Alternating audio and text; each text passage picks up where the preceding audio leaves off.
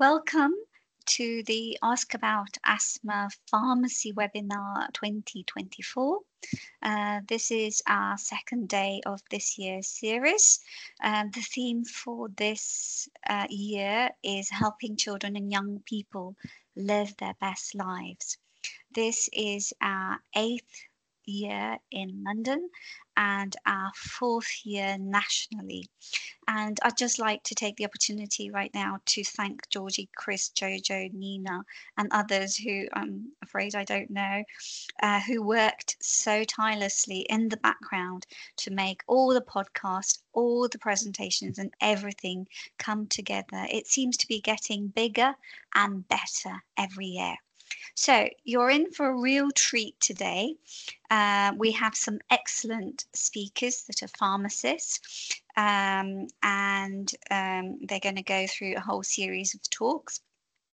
We also have another set of series of talks the rest of the week and our one-day conference, which is packed with really excellent speakers and some really worthwhile advice. And one of those is actually a colleague of mine called Sarah Popple, who will be representing pharmacy for us on Thursday. So please do tune into that. So before I start, just some housekeeping. Attendees should stay muted with cameras switched off during the webinar, please, and use the group chat feature to ask questions, like any questions that you would like answered. This session is being recorded and a link will be available after the webinar with the slides. And then please share what you learn on social media using the hashtag AskAboutAsthma.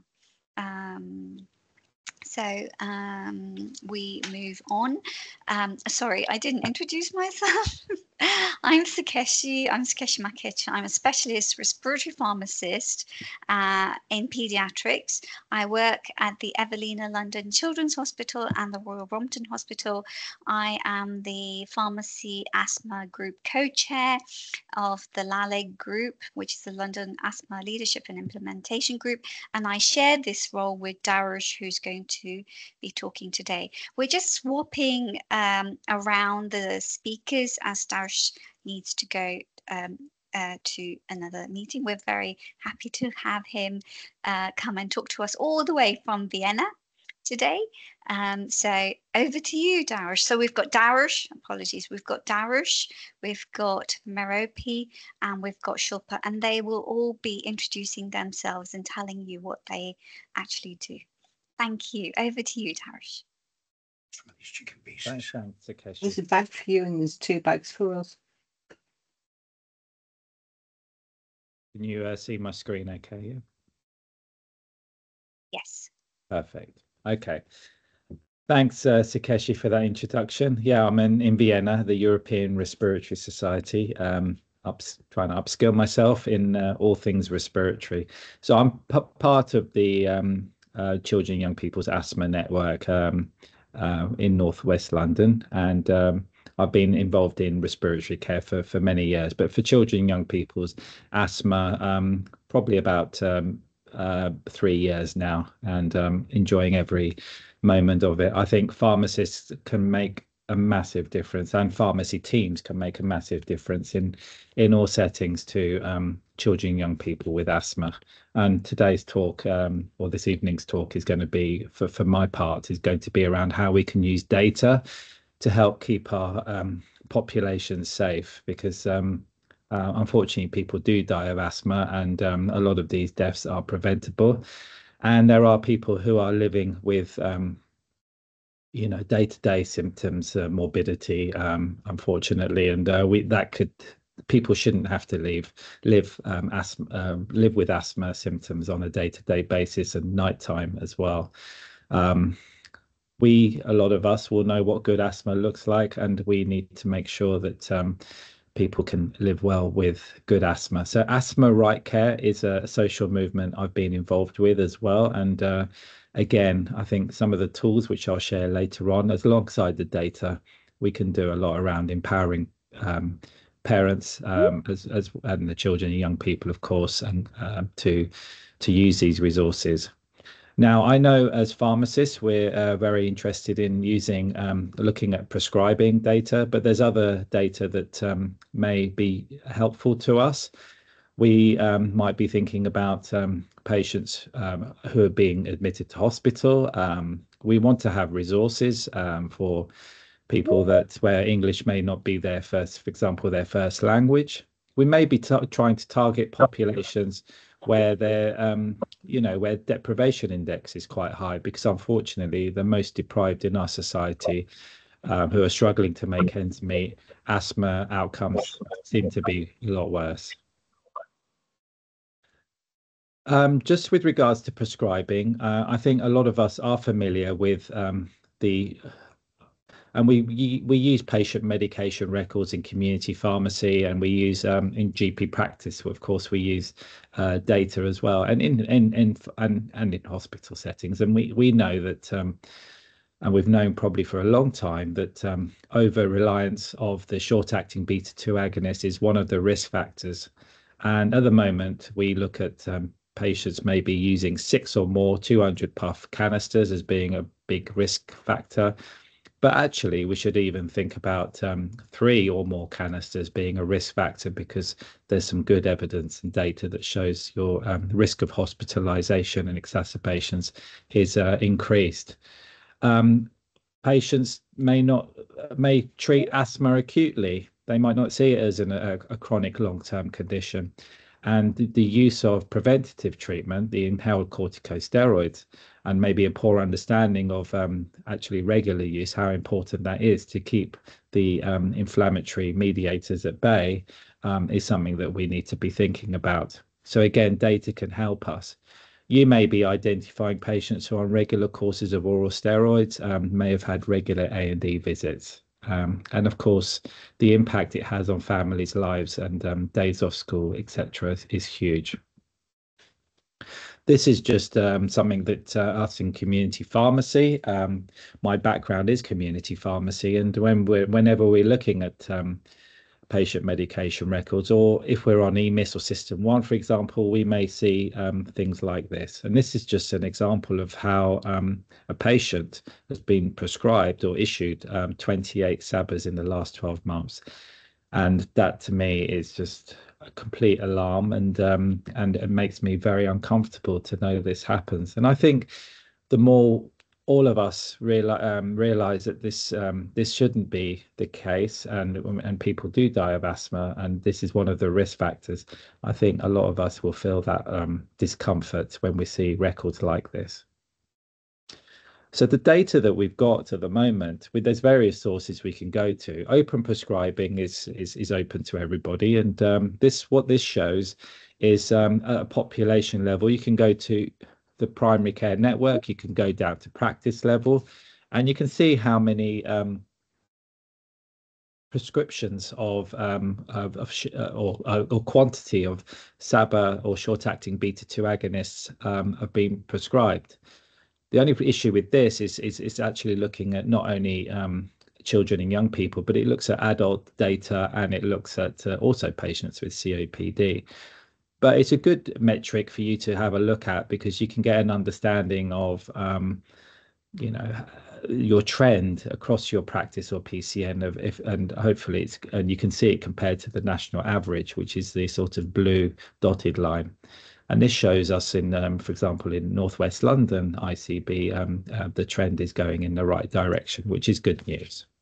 But it also shows us that this is also good on inhaled corticosteroid use, because that's going up, which is good, and also shows how actually for environmental reasons this is also another good thing, because 11,311 less SABA prescribed over a few years is also nice to see, because that because 83% of short-acting beta-2 agonists are prescribed to patients with poorly controlled asthma, according to a lot of data.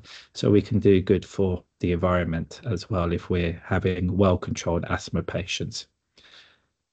This is just another place you can go to look at prescribing data. This is called the Business Service Authority. You need a special login to access this.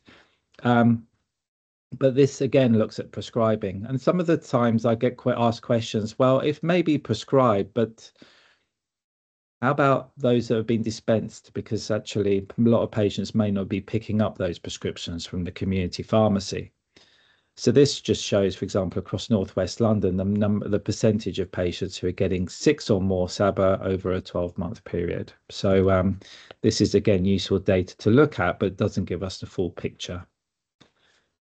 So across London, we've been able to, and this thanks to the the London NHS England London team, they've been able to pull data from the Business Service Authority that actually looks at dispensing data.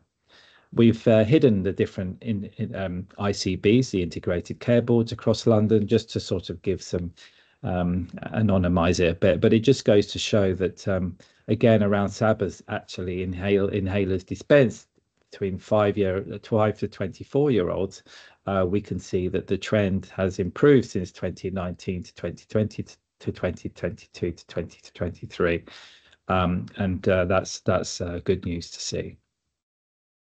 But there's a long way to go, of course, on that particular metric.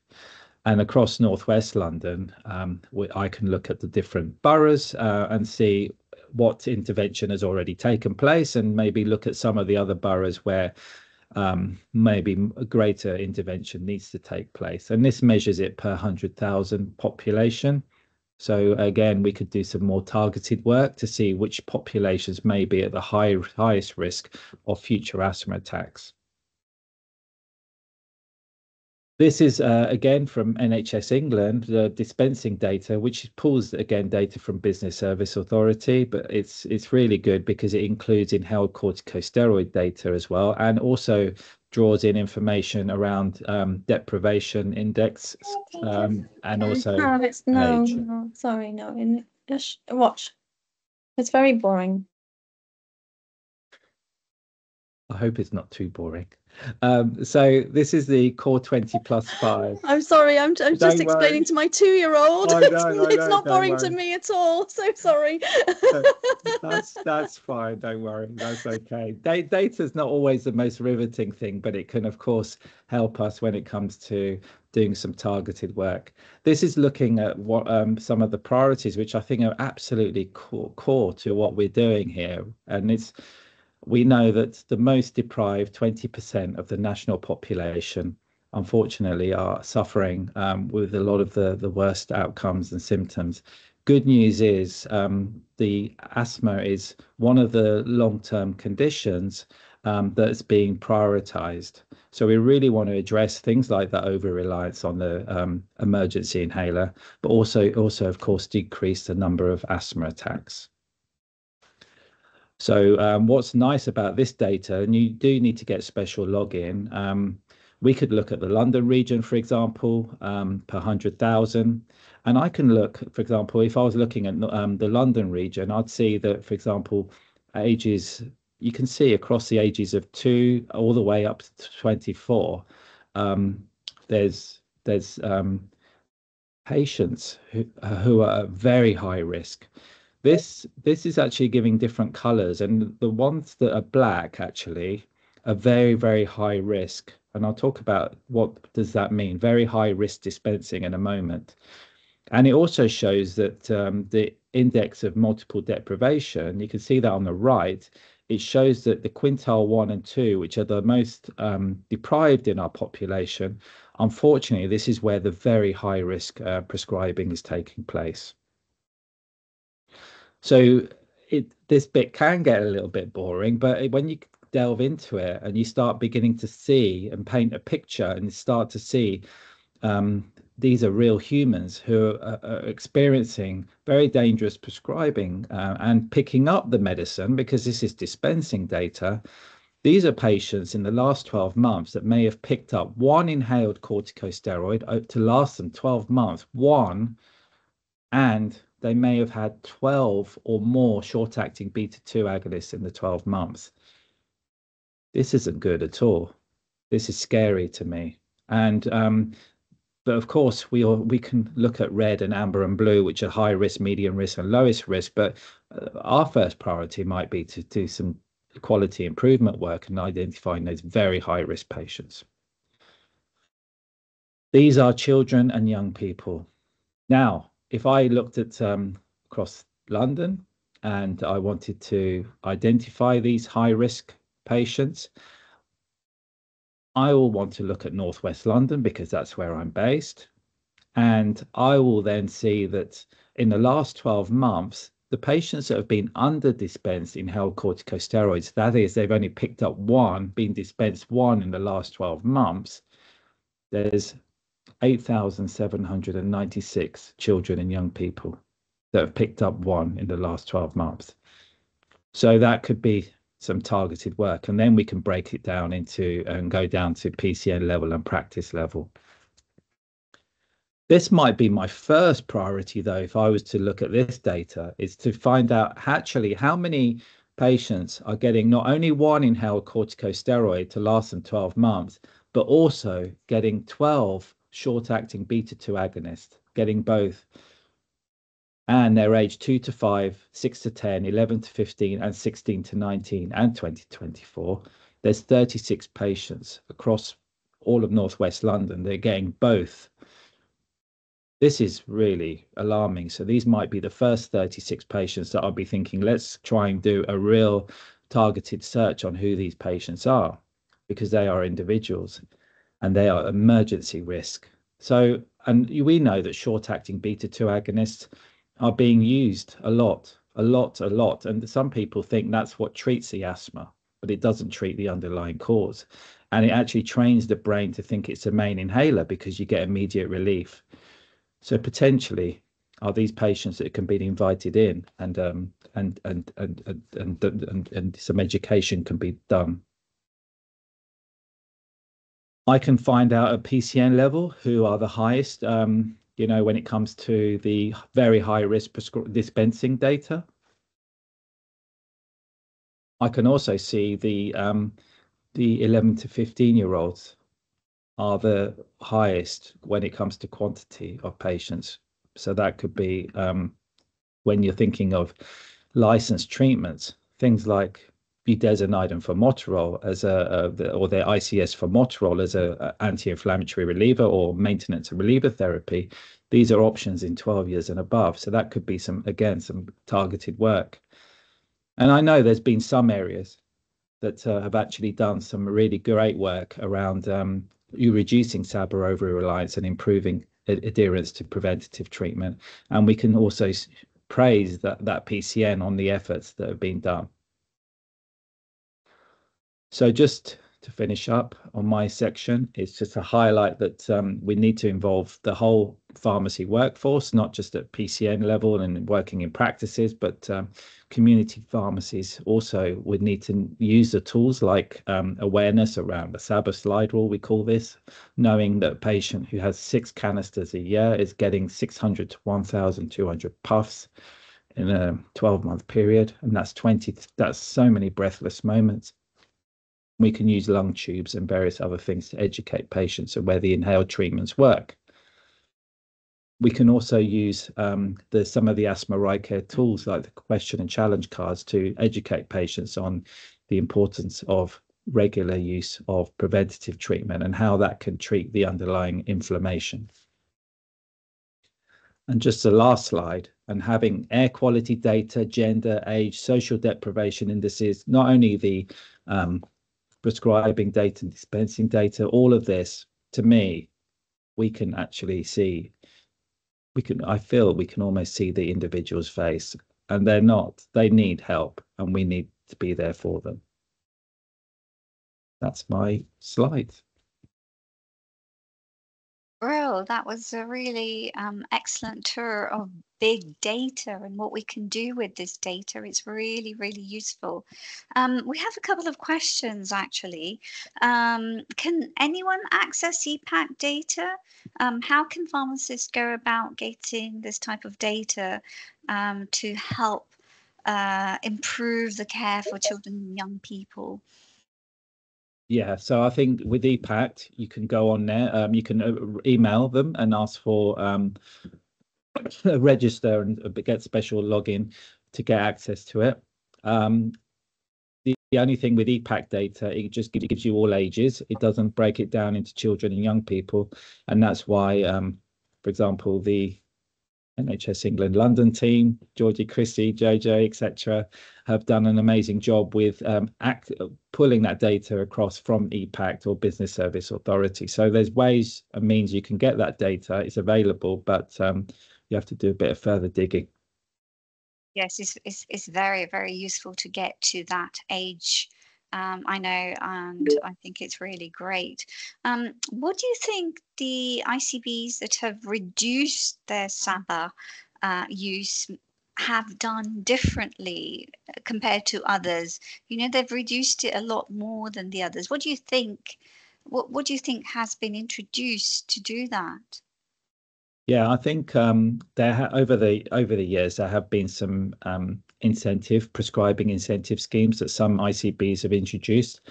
One of them was around 6 or more SABA over a 12-month period. And I know also that Community Pharmacy England had what we call the well, you have the pharmacy quality scheme, and that was introduced as a sort of incentive to try and identify patients who are picking up over a certain amount of blue inhalers over I think it was 3 canisters over a 6-month period was that incentive at that time. So it's just that education and awareness, because at one point I used to work in community pharmacy and I used to see a prescription coming in for a preventer, and I always thought, where's the blue inhaler? There should be a blue inhaler with this one. And that is dangerous thinking, because that's exactly how I felt at that time before I upskilled myself in this area in asthma. So SABA, of course, is amazing during emergency situations, but for everyday care, this is obviously a dangerous inhaler, and it can actually mask and delay a person seeking help if they're relying on this inhaler. So hence we need to do some extra education and work on that. One inhaler should last 6 months if you've got good control. Theory. Brilliant. I wonder how things will change when Martin Air come in. It'll be good to see what trends happen as the new guidelines come out and we see a change and a shift in that. Brilliant. Thank you so much, Darush. You know, talking all the way from Vienna whilst you're at ERS. Brilliant. Thank you so much. And excellent talk as always. We're now going to move on to Merope.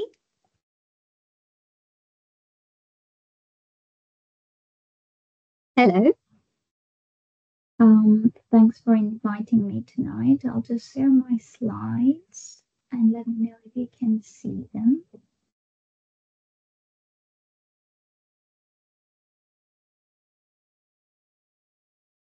Yep, that's come up. Yeah, good, excellent. So my name is Merope Mastropetru. I'm a senior clinical pharmacist and I work for a PCN.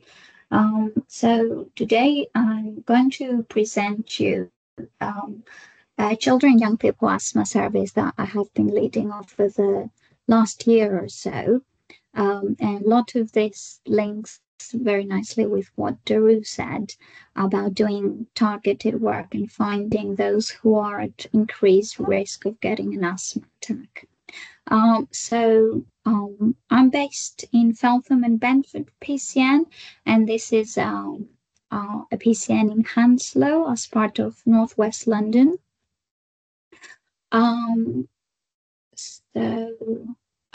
Everything started for us in the PCN around November 2022. So there were some preventable asthma deaths among children due to uncontrolled asthma. So Northwest London launched a collaborative effort to improve asthma care for children and young people. And Feltham, the area I cover, thought to be a good place to start to do some targeted work because it has high rates of deprivation. And as Daru said, deprivation can negatively affect those with asthma. So 10.5% of the PCN population is actually in the core 20, so the most deprived 20% of the national population, when the average for Hounslow for the borough is 7%. I got involved a bit later on in the pilot around January 2023 and took some time to upskill myself to do children and young people. And then we started doing the project in phases so we can evaluate each phase before moving on. So in terms of upskilling the pharmacist, we've started with senior pharmacists first, who were already competent in asthma, so they knew the basics in managing asthma in adults, and then they did further training to upskill in managing asthma for children and young people. Training involved safeguarding and supervision groups, attending safeguarding supervision groups, all completed the Tier 3 National Capability Framework by Health Education England, read local and national guidelines, and the local Northwest London prescribing formulary.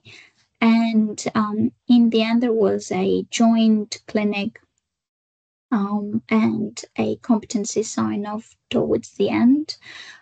So in terms of joint clinic, we use the community lead asthma nurse, pediatric nurse. We did review jointly children over 6 sessions towards the end, then we got signed off and were able to do that independently. And this model we've used this model quite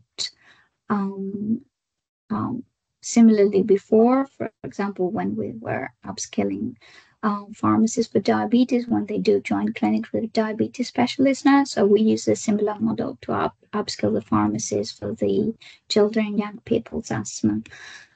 So in terms of who we wanted to target from literature, we know that the risk factor for asthma attacks can be SABA over-reliance, or going to the having a lot of asthma attacks, needing oral steroids, or attending hospital for asthma-related reasons a lot. So we run searches on System 1, which is the system my PCN use, and to find those that have 6 or more over the last 12 months, or at least 2 courses of oral steroids. We set the threshold for SABA, even though we, as Drew said, you need 1 or 2 SABA per year. Anything over that should really flag up as uncontrolled. We set the threshold as 6 because we wanted to get numbers that we were able to manage, because there are only 2 pharmacists looking after that cohort. Proactively at least. So we set the threshold at 6. And in terms of data for asthma-related A&E attendances and hospital admissions, that was quite a challenge, because that information is not on our system. So we had to liaise with NHS England and get that data emailed across to us. In terms of the clinic model, obviously it was a pharmacist-led clinic, but we've been working very closely with both secondary care and community asthma pediatric service, particularly raising awareness about referrals for 48 hours post-asthma attack reviews. And we have been supported by a consultant-led MDT, which runs monthly, and we're able to take away any complex or challenging patients to discuss there. In terms of clinic delivery, I believe that the model is quite proactive, targeted, and personalized, and runs quite differently to what's currently happening in practice. So we have been offering 20 appointments per month. So you can see quite limited capacity, but each appointment is 30 minutes when currently usually appointments for asthma reviews are 10, 15, maximum 20. So we have allowed time to be as holistic as possible, and all the appointments should be face-to-face.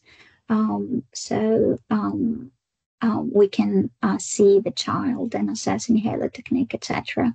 The clinics are all afternoon to accommodate school hours, and we've tried to have clinics in various locations in different days throughout the week. In terms of what we've wanted to measure while we were running the pilot project to assess what's been good and what we need to improve, we've been looking into the numbers of asthma reviews completed the first 3 months and then 6 months, how many opportunities we had to optimize medication, whether that was to increase the dose or change the medication to something else.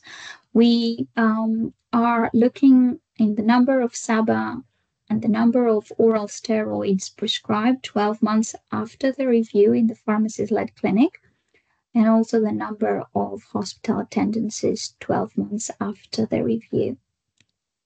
These are the things that we're looking during the asthma review. All starts before we see the child. So before we call someone in the clinic, we collect some information, and basically that tells us half of the story. So who diagnosed the asthma and when was that diagnosed? So asthma is quite difficult to diagnose at the moment based on the lack of objective tests. So you just need to collect as many information as possible from the past medical history, and the medical notes are available in a GIP surgery to do that. So how many SABA inhalers prescription at least we've done the last year versus how many ICS we've issued the last year. So I can very quickly give you a picture of compliance. Are there any documented admissions the last year on the communication and letters, or any courses of oral steroids for asthma exacerbation?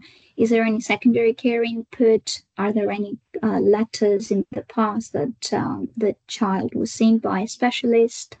Are there any recent notes or GP appointments about asthma? And is there any relevant past medical history, hay fever, eczema, or other medication? And then during the asthma review, we would usually use the template. So that will guide everyone through the review to make sure we cover history, symptom control, inhaler technique, peak flow meter, asthma action plan, any environmental factors like mold triggers, pollution, and any comorbidities that could have similar symptoms to asthma. In here, I just want to say that ACT is obviously part of asthma review and can be a helpful tool, but I have found it can also be a challenge, especially with younger children or children, for example, with ADHD or autism. So it can be a useful tool, but sometimes can be a tricky one as well. So this is what year one, so June 2023 to June 2024 looks. We were able to offer 210 face-to-face appointments. We reviewed 110 patients. Majority required at least one follow-up to ensure whatever change was done in the clinic was assessed. There were 27 times that child was not brought to the appointment, and that was one of the biggest challenges we faced, especially at the beginning. Our capacity was already low, only 20 appointments per month, and some of the clinics at the beginning were empty or all were DNA'd, so we were sitting there seeing no patients coming in. So we had to do quite a bit of work getting feedback from the patients. They told us, for example, that 4 p.m. is the most convenient time for them to come, or that they wanted a reminder not a day before. We were sending reminders a day before, but families were saying we're too busy to reschedule the whole day with such a short notice. So they wanted a reminder 3-4 days before the appointment. So we changed that practice. And also they told us that they wanted to book the appointment not a month in advance, but maybe 2 weeks in advance, so they know more of what's happening on the day of the appointment. And we also train the people that the team, the care coordinators that are booking the appointments. We train them how to communicate why the appointment is needed. And also we had involvement from the social prescribing link worker, who also engaged with the families that were hard to engage with appointments and the service. So, and as part of that, we also we managed to do 39 asthma medication changes. So the common themes from the review were those three. So adherence is one of the biggest reasons for treatment failure, and we've seen that the majority of the children were not adhering to what they have been prescribed. So it's very important to check the number of the ICS prescriptions at every review.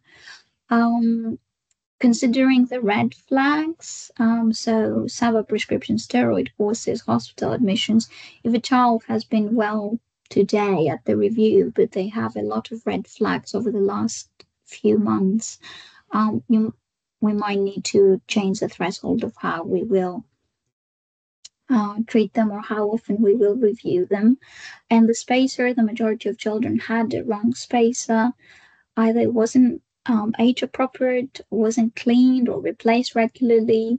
A lot of the children had a spacer with a mask, and obviously that was changed to the one with mouthpiece if it was appropriate for the child.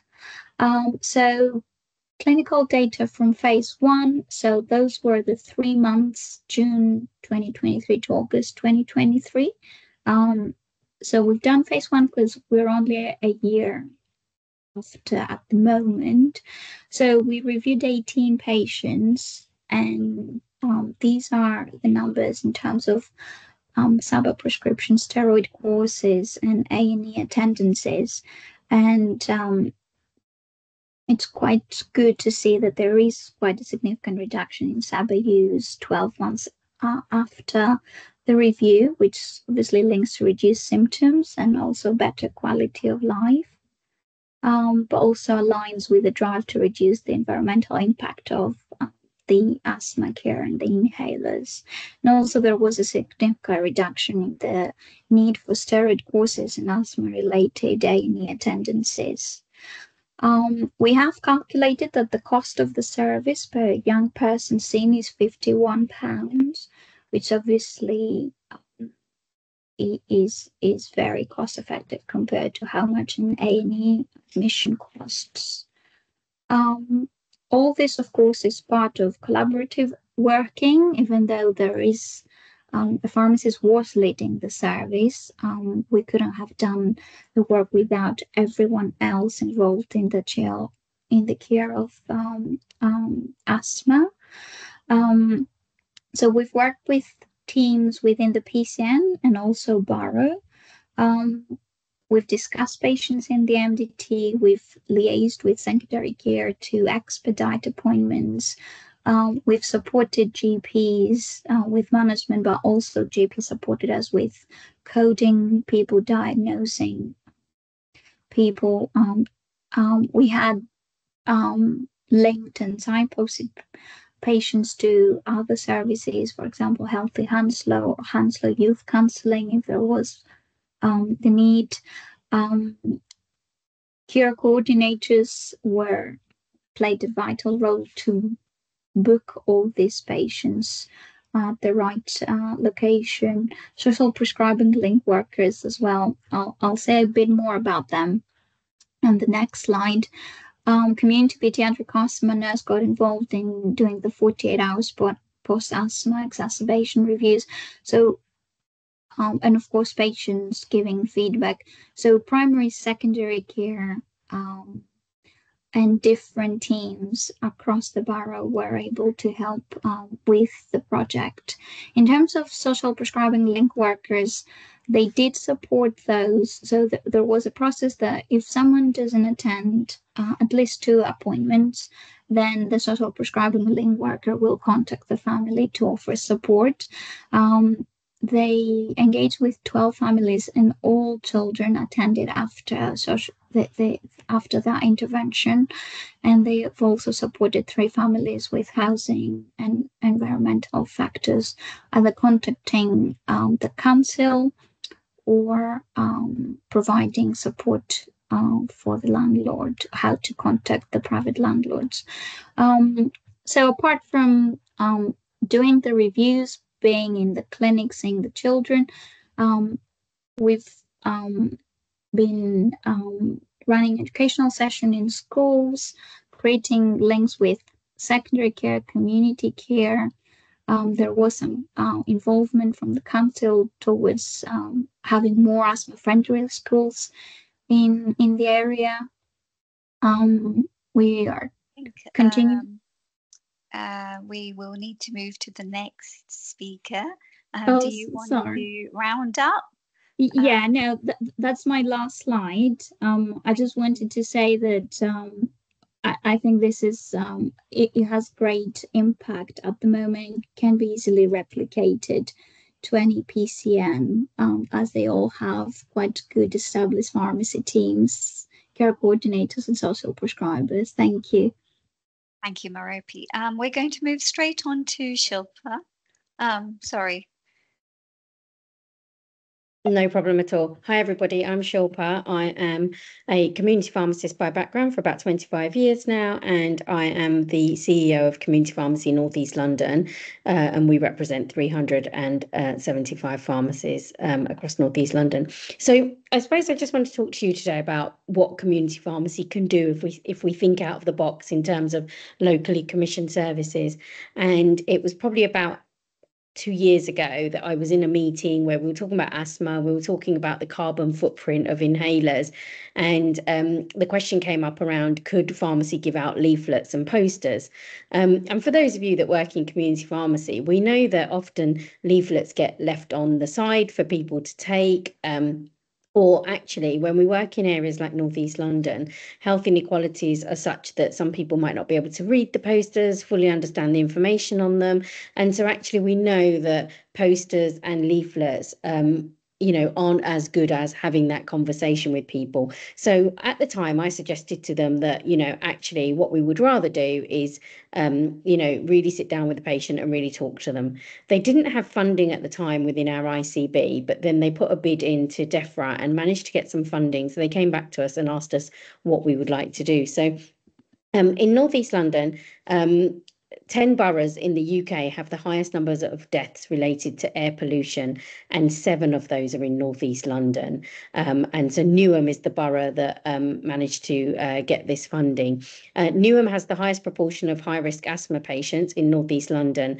And following the tragic death of 9-year-old Ella Kissy Deborah in 2013, it was the first death that had reported air pollution as contributing factor in her death.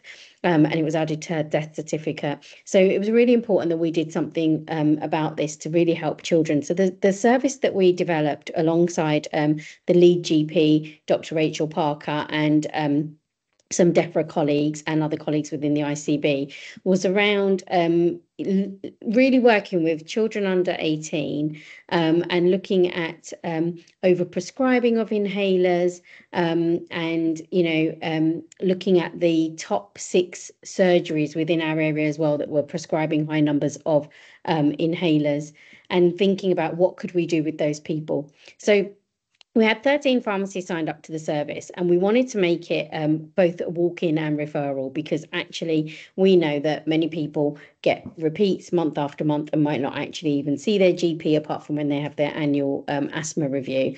So we wanted to make it a walk-in service so that pharmacists could pharmacists who know their patients could really look after them, call them in, ask them to sit down and have a conversation. And we also wanted the 6 surgeries that had the highest numbers of inhaler prescribing to be able to refer into the system as well. So what we actually did when people were coming into the pharmacy or being referred into the pharmacy is we spoke to mainly the actual patient. So when we're looking at children under 18, wherever possible, we spoke to the patient. Obviously, if they were a really young age, then we would speak to the patient with the carer. And if they were really young, we would speak to the carer.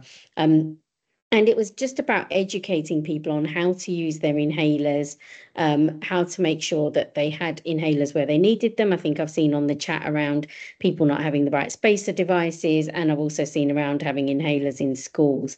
But the biggest thing we wanted to talk to them about, which was different to what they normally get when they're having any sort of consultation, is around air pollution and the part they can play in that. So when you look at some of our low income areas, such as some of the boroughs within North East London, people tend to live in high-rise flats. They live on main roads, and there's a lot of traffic, there's a lot of air pollution. And whilst ULEZ has helped slightly, I think people seem to think there's nothing we can do about it. We live where we live, and that's all we can do. So it was things like, when children are walking to school, do you walk along the main road, or do you try and walk through the sort of side roads that have less traffic? Do you make sure your windows are shut when levels of pollution are a bit higher, so at certain times during the day? And all those sort of things really help them. Each of the pharmacies were also given a tablet, which gave them a lot more information that they could share with patients on air pollution and different things that they could do. So we're still in the middle of the service, so we haven't evaluated it yet. We're going to go through an evaluation, but we had funding for just over 700 consultations, and we've reached about 350 consultations to date. But it's really, really important that I think what I want to get through to on this webinar today is just around thinking out of the box, using community pharmacy to have those conversations, because what we find is really useful as well is where a lot of these community pharmacies are based in areas of deprivation where English is not the first language of many of these patients. But actually, a lot of the people that work within the pharmacy often speak the language that our patients speak. So I know some areas may have access to things like language line, but we don't have that access in community pharmacy. So, we're able to just use kind of the staff that we've got within the pharmacy to be having those conversations. I think what's really important as well, whenever you do anything from GP through to community pharmacy, you've got to have the right IT platform in place. Quite lucky in North East London that all our surgeries use EMIS, and EMIS is integrated with a platform that we use in pharmacy called Pharm Outcomes. So we worked with them on a referral model so that it was really easy for people in the practice to refer. We're still doing some work within practices. We've had one practice refer nearly 80 patients into community pharmacy, but we've got some practices that haven't really got on board yet. So we're doing some work with them in the next few weeks to see if they can send patients over to us. So really that's our service in a nutshell. But I think it's just about thinking about some of the great work. Merope, you just spoke about some of the great work that you're doing, but actually could some of it be done in community pharmacy? Those people that maybe don't visit the GP as much, could we upskill some of our community pharmacists to do that sort of thing? So yeah, that's it from me. Happy to take questions. Thank you. That's brilliant. 2 really excellent projects that have gone on and really showcase how pharmacists can help children and young people with asthma. Really, really interesting, actually, both of them. Merope, are there any plans to roll out the service any wider to other areas or, other parts of the country? The rest of the ICS or PCN, I'm really sorry, I don't know, but the ICS that you work in. So I work in London Borough, in Hounslow. So we're a team of 5 PCNs, and a few more PCNs are now having pharmacists doing some work for young children, young people. So in terms of Hounslow, yes, there are more PCNs looking into getting involved, following a similar pathway. in Northwest London, I also know there are quite a few more boroughs, like Brent recently approached me as they're doing some practice work led by nurses. So I haven't spoken to many people outside of Northwest London, but as I've said earlier, I think this can be definitely replicated to any PCN across the country, as they're all now have an established team, and it doesn't have to be children. We can extend it to all ages because we're able to get the data and do some targeted work. Great, thank you.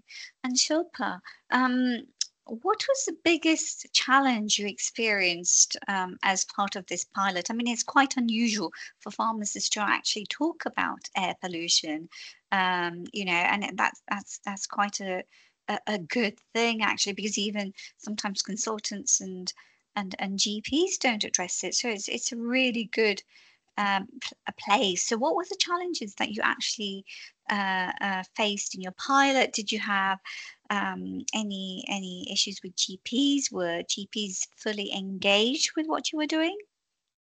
So as I said, we're still running through the pilot at the moment, and that's one of the biggest challenges, is that when we initially went out with there, we've got a brilliant GP on board that actually, you know, she leads on asthma within our ICB 1 day a week, and she's brilliant. She's really passionate about it, and she was looking up the data for the surgeries that had the most inhalers prescribed. She reached out to the 6 surgeries who were all on board with, yeah, that we think this is brilliant, we're going to do it, but we have had challenges with them actually sending the referrals through. A bit of that is obviously, you know, we're coming, I say winter pressures, we're coming into winter pressures, but actually those pressures are around all the time. So sometimes it's about sitting and having the time to be able to go through your patient list, say who are the patients that you want to refer, and then actually obviously you have to call the patient and just say, just to let you know, we're referring you to community pharmacy for a consultation. Is that okay? And then they pick their pharmacy. So that's been a bit of a challenge. We have managed to overcome that challenge in different ways. We've got someone within the ICB that is asthma trained nurse that's going in and running sort of asthma clinics within these surgeries. So almost supporting with the workload. But I suppose going forward, we'd want that to be business as usual, as we do pharmacy first referrals, as we do hypertension referrals, as we do pharmacy contraception referrals. We'd want asthma referrals to come through as well. So we wouldn't want to have to put extra staff in to do something that's, you know, taking that workload away from GP, which in a way is again such a benefit for the surgery if they were to do that, because then they can see the patients who are a bit more complex and that need that more care. I think the second part of it was absolutely, it hit the nail on the head around the air pollution side of it. So it was quite new for pharmacists to talk about something that isn't medication, really, is it? So it's nothing to do with medication as such. It's a reason why people are on medication, but that was quite new for them as well. And I think a lot of them at the beginning were slipping into just talking about inhaler technique and inhalers and all of that. But actually, we've done a lot of hand holding and supporting from the from Community Pharmacy North East London, where my colleague, actually, I can see that he's on the call there, Dalva, has been going in, visiting all the pharmacies, setting them up and really highlighting the air pollution side of it and using the tablet to upskill themselves, because it tells you put your postcode in, tells you what areas have got high pollution. So being able to share all that information with the patients, you know, has been really good, but it took us a bit of time to get there. Brilliant. And do you have any tips for closer working with other parts of primary care systems? Yeah, I think it's really important that all community pharmacies are part of an LPC. You really must keep speaking to your LPC to make sure that they're going to all the right meetings on your behalf. I think it's difficult, isn't it? You know, I was always going to the carbon footprint, sustainability, green agenda meetings, thinking, where can pharmacy fit into it? Where can pharmacy fit into it? So you really have to sometimes think out the box to go, actually, we could do that. We could do that. And it's kind of just having those ideas coming up from something. So sometimes you're in meetings where you think, am I adding value? Am I gaining value? And it might be 2 years later that a service like this is born out of it, that you think, okay, it was worth me. I'm in it for the long game. You're not always in it for short hauls and quick wins. Sometimes you're in it for the long game. So just keep going to those meetings. I think for any PCN pharmacists, any GP pharmacists on here, or any community pharmacists, work together. So work with your PCN pharmacist, because if you come up with something, so you know, Merope, for example, if you were to work with all the community pharmacies in the area and, you know, you did a sort of a smaller version of your service that they could do in their pharmacy, it may be that the PCN has got some funding that they can use, like some of their IIF funding, so that's impact and investment funding. They could maybe push into that pot, use that, and then that, you know, saves money in the long run, doesn't it, on the prescribing and part of it as well. So it's not always about making money on these services, but it is about working together. That's so important for everyone. I think you answered one of the questions that I had, which was about how do you get resources? And really, it is about approaching PCNs and LPCs, isn't it, really, to put your idea into practice. That's so useful. Just one more thing. How much enthusiasm has there been in your group of pharmacies? Have they been very enthusiastic to take part in this pilot? And then what's going to be happening after the pilot? Yeah, so our pharmacists and pharmacies, sorry, that they were very enthusiastic. You know, the ones that signed up were straight away going, yeah, we know that we can make a difference. I mean, one of the pharmacists who signed up is a respiratory independent prescriber that did his speciality in respiratory, so often runs spirometry clinics, etc. So there was definitely enthusiasm. I think there always is with community pharmacy and new services.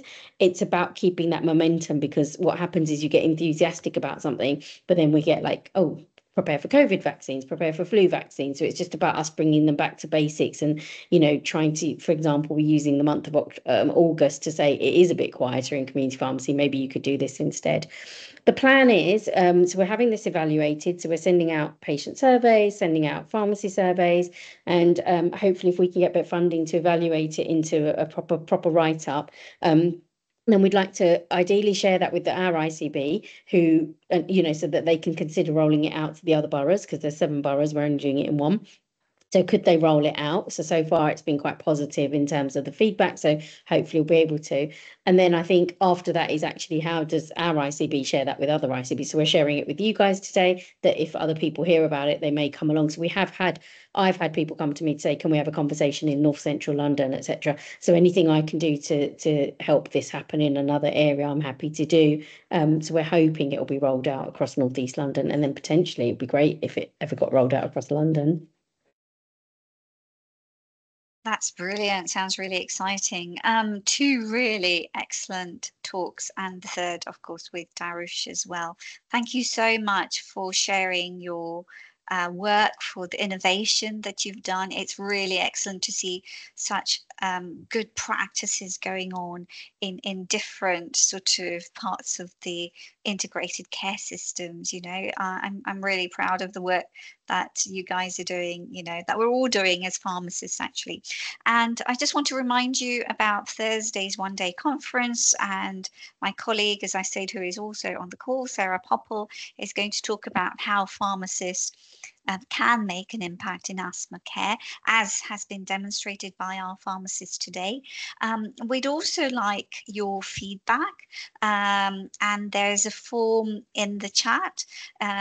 We'd really like to know what you thought of this, and sort of what sort of things you would like for next time. And you will also get a certificate of attendance. So please do complete that. It would be really useful to have your comments. If there are there any more questions that anyone wants to ask before we finish?